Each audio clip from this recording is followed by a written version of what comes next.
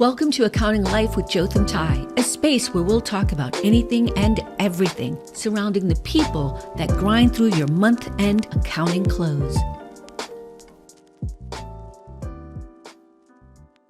Hi everyone. Today's episode is Internal Audit and Controls. Our guest today is Rich Woodson, Director of Internal Audit at Sunrun. On this episode, we talk about what it's like to work in internal audit, the growing impact of new tech like ChatGPT and AI, and the growing importance of ESG metrics. Now, I'll hand it over to our host, Gapify CEO, Jotham Tai. Mr. Rich Woodson, thank you so much for joining the podcast today. How are you? I'm well, Jotham. Thank you for including me on today's podcast, and it's great to see you again.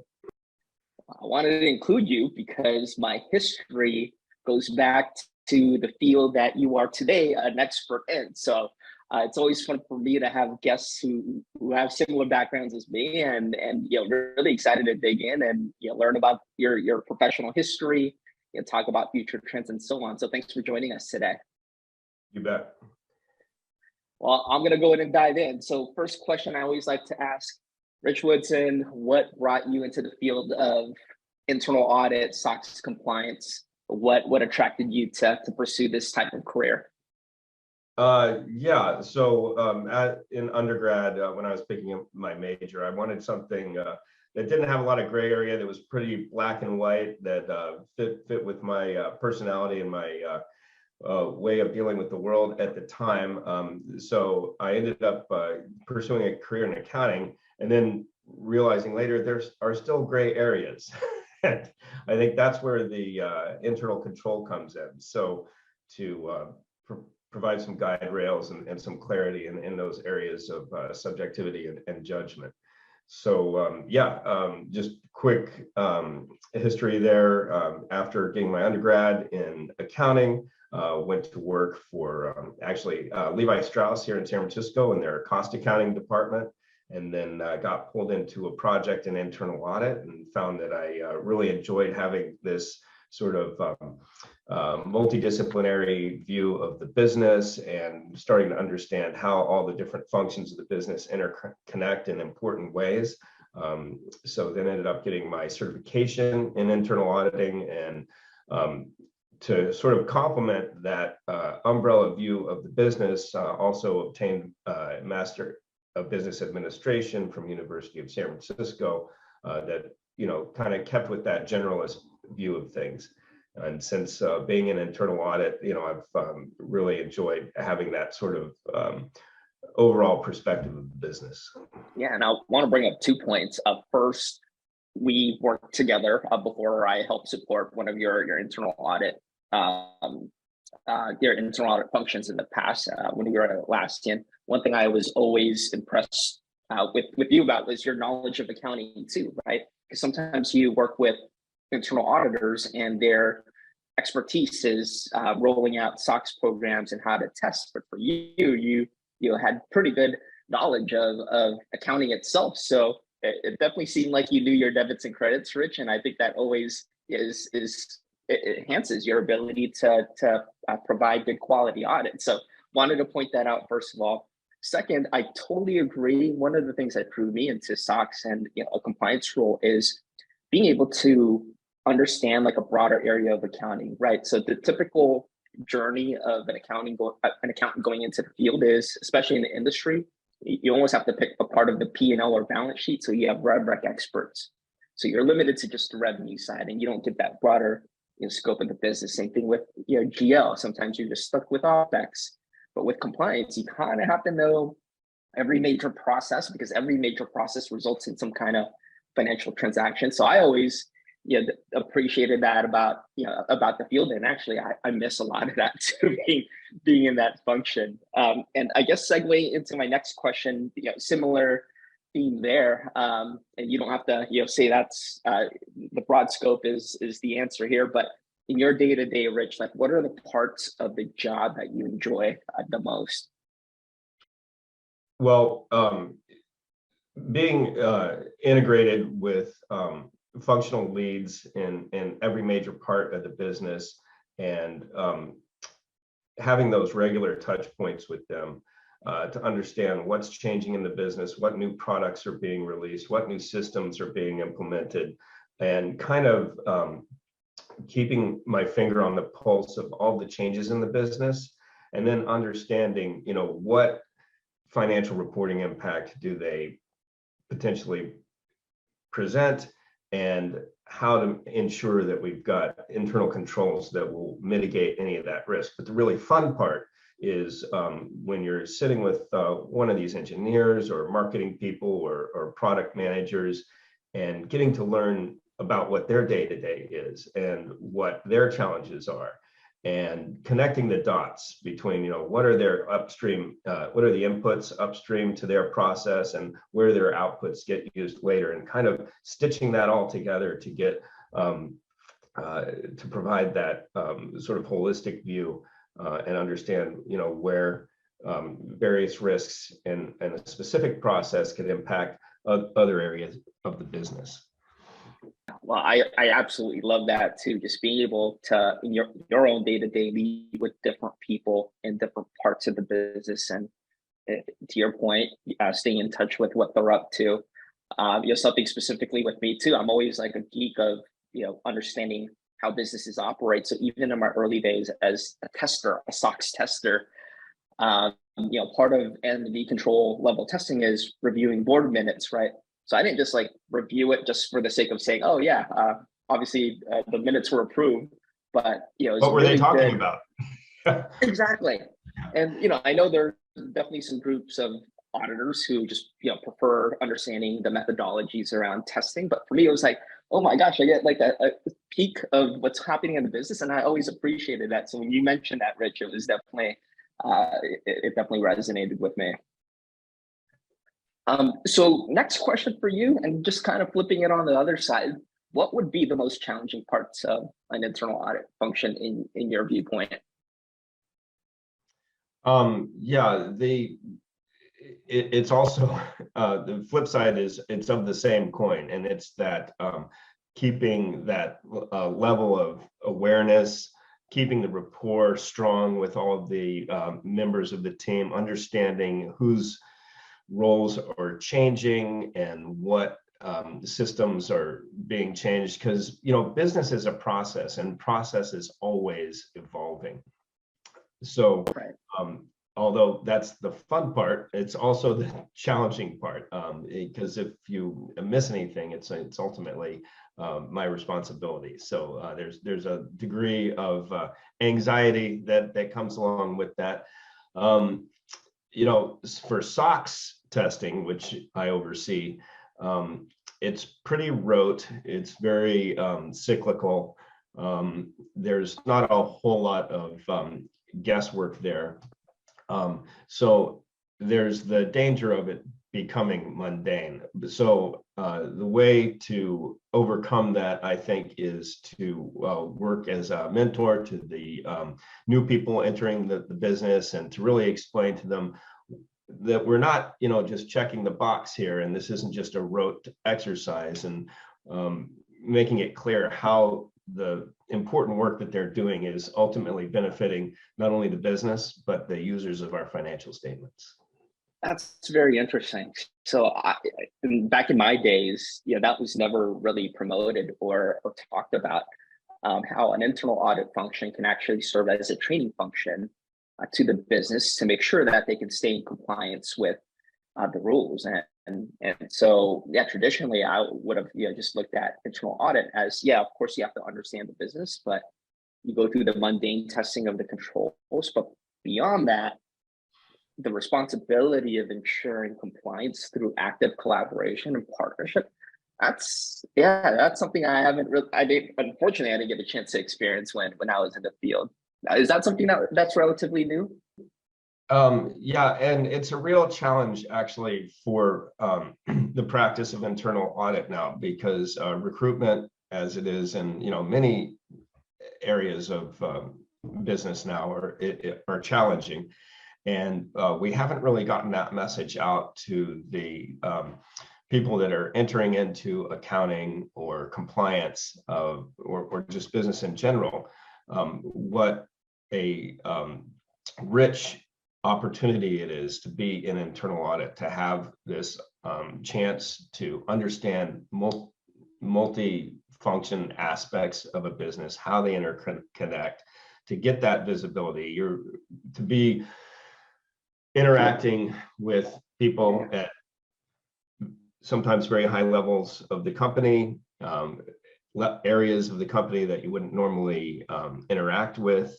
Having that visibility is very beneficial to anyone's emerging career.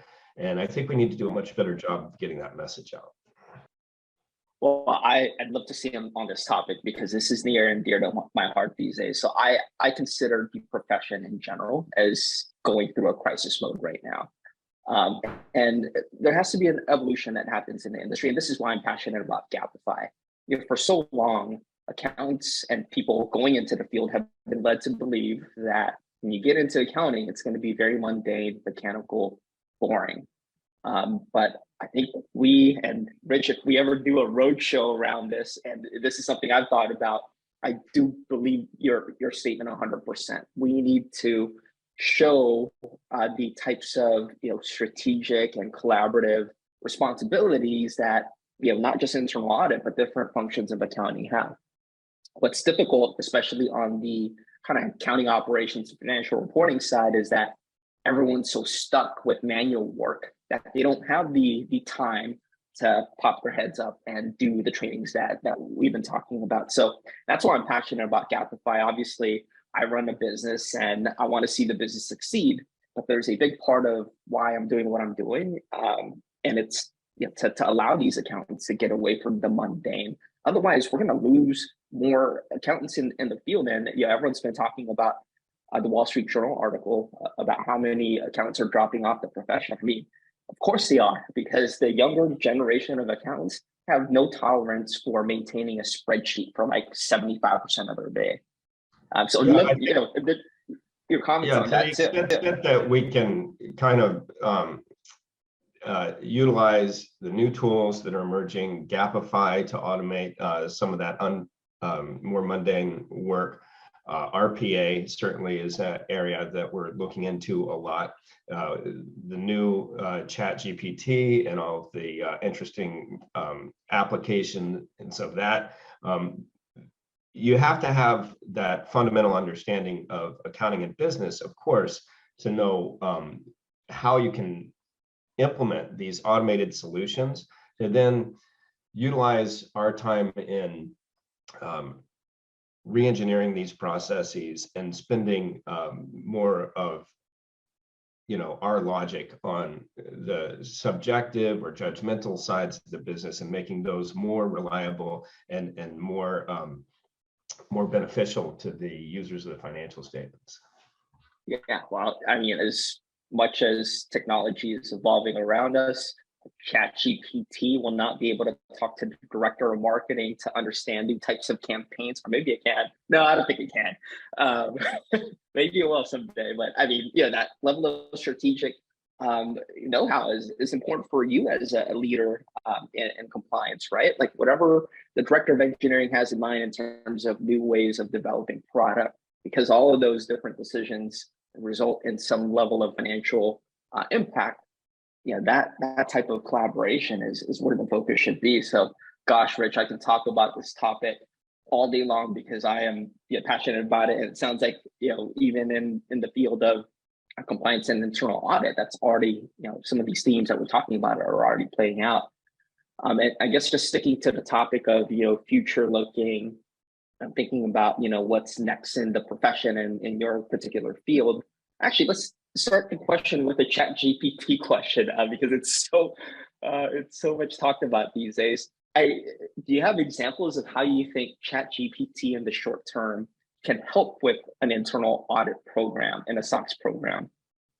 Yeah, absolutely. So as we start to deal with greater and greater volumes of data, and more, particularly in the field of software or the field that I work in, energy, you're dealing with incredible volumes of small dollar transactions. It's almost silly now to look at sampling those items and then trying to extrapolate or derive some sort of conclusion based upon these, very insignificant at this point samples that we're taking for testing anyway. ChatGPT and other automated BI tools should be leaned upon more by internal audit to perform more of overall monitoring of controls rather than trying to derive conclusions based upon sampling. And I think ChatGPT will be able to, help us develop those that type of reporting. That's interesting. So instead of just kicking back and waiting for transactions and using that as a starting point to determining control effectiveness, there might be ways for you to identify risk through combing through large sets of data and on an ongoing, like, constant basis. So just a constant ongoing monitoring with maybe dashboards and exception reports that present to us the areas of highest risk. So how far away do you think we are from being able to adopt technologies that are going to be reliable in the industry? Do you think it's very near term or maybe a few years out? What would your crystal ball tell you about that? It's really sort of bracing how quickly this is emerging as a tool, and the strength of the tool. The only limitation now is the creativity and the thought on the part of people in our line of work, which are not typically highly creative or thinking outside of the box type of individuals, is to for us to get outside of the box and really think about these things holistically, and what are the objectives that we're trying to achieve, discarding the notions of the old tools and methods, and looking at the incredible functionality that's presented by these things, and understanding how this technology and logic can help us achieve those same objectives more effectively. So the only limitation is, I guess, the creativity of the accountants. Unfortunately, the creative, that term is taboo for us accountants. But what makes me really optimistic here is the receptiveness to the new technology by accountants. So I would say 15, 20 years ago when I first started, it was like, no way. Even CFOs would say, hey, just keep the status quo, keep doing it, because I appreciate the consistency. These days, and through our work at Gapify, we're definitely seeing very open-mindedness and also receptiveness to new technology. So I think what it comes back to is what you pointed out, Rich. We need more creative accountants to introduce these new innovations, because I think we generally are ready to welcome and embrace it. So that's why I'm optimistic. I think we accountants understand that we can't keep up, especially with businesses around us evolving and coming up with new ways to spend or to sell. It's going to be important for us to rely on technology to get us to the next level. Yeah, and we're learning that the fraud risks are changing very rapidly. It's much more around cybersecurity and the various phishing attempts that are underway, and other ways that the fraudsters have interjected themselves into the procurement cycle, or the sales cycle.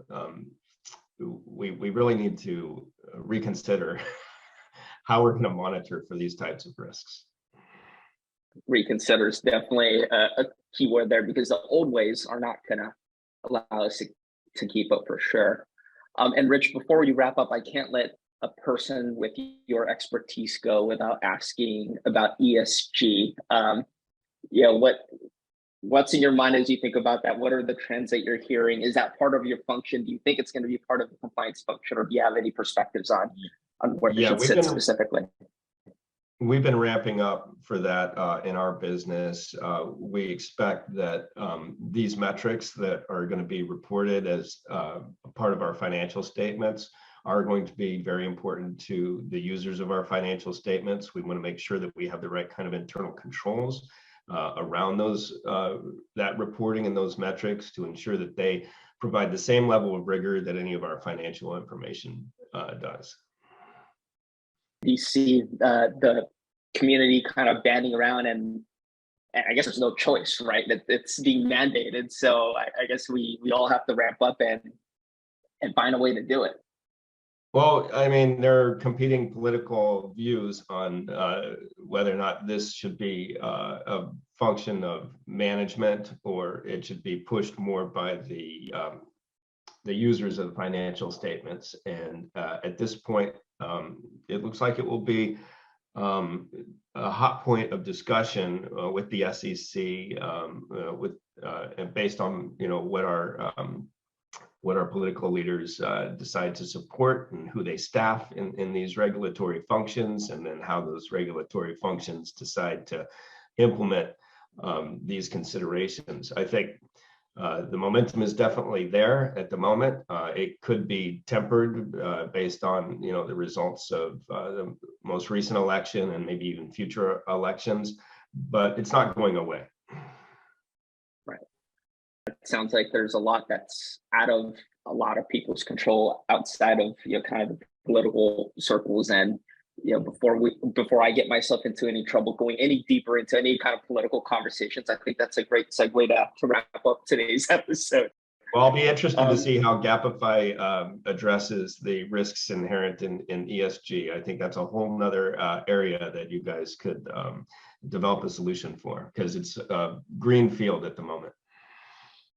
I mean, there's definitely some relationship with that and accruals, which is our primary focus these days. But yeah, as our product set expands, the bottom line is, whether it's internal audit, SOX, the controllership, there's so many opportunities. And we talked about it earlier. We just can't keep up with the evolving changes of businesses. So it's great for people like me who are creative and innovative. There's a lot of things to pursue and play around with, for lack of a better word. But from an accruals perspective, I'm just glad our team is able to address like a lifelong or career long issue of just not being able to accrue in an automated way.